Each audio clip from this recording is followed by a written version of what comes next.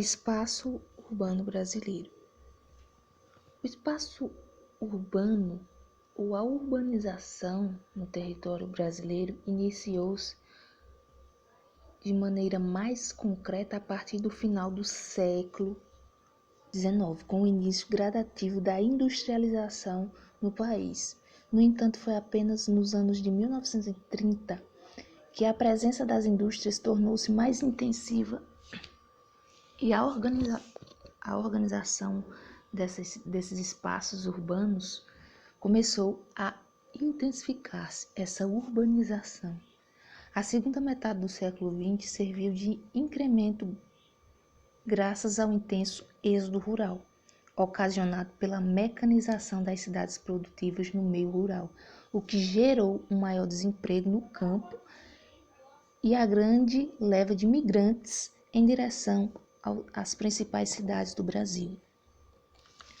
A década de 1960 foi o período em que o Brasil pela primeira vez passou a ter uma população predominantemente urbana, ou seja, a maior parte dos habitantes concentrava-se nas cidades.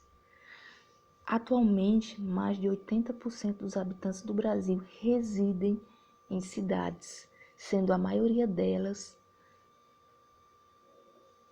grandes centros urbanos e capitais. São Paulo, Rio de Janeiro, Belo Horizonte, Porto Alegre, entre outras. Nesse sentido, essas pessoas começam a se concentrar nessas grandes cidades, nessas chamadas metrópoles.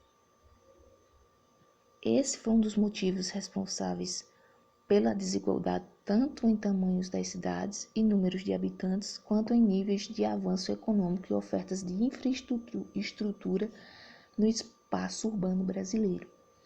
A região sudeste, dessa forma, abrange a maior parte dos habitantes e possui as maiores taxas de urbanização, com destaque para os estados de São Paulo e Rio de Janeiro, que contam com mais de 90% de seus habitantes vivendo em cidades. Por outro lado, a região norte e algumas áreas da região nordeste apresentam números mais modestos nesse sentido.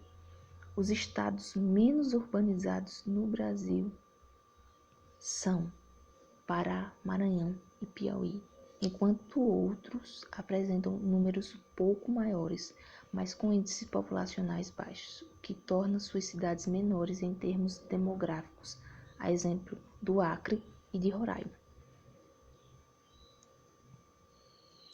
Outro exemplo de estado com pouca população e com elevada urbanização é Goiás, graças à grande quantidade de pessoas habitando a região metropolitana de Goiânia e em torno do Distrito Federal. A densidade populacional mais elevada na região sudeste deve-se às heranças econômicas e estruturais herdadas dos ciclos produtivos anteriores, sobretudo do auge do período cafeeiro da história da economia brasileira. Por esse motivo, é nessa região que se encontram as duas únicas cidades globais do país, São Paulo e Rio de Janeiro, que juntas formam uma megalópole, ponto de intensa aglomeração urbana com níveis internacionais de alcance produtivo.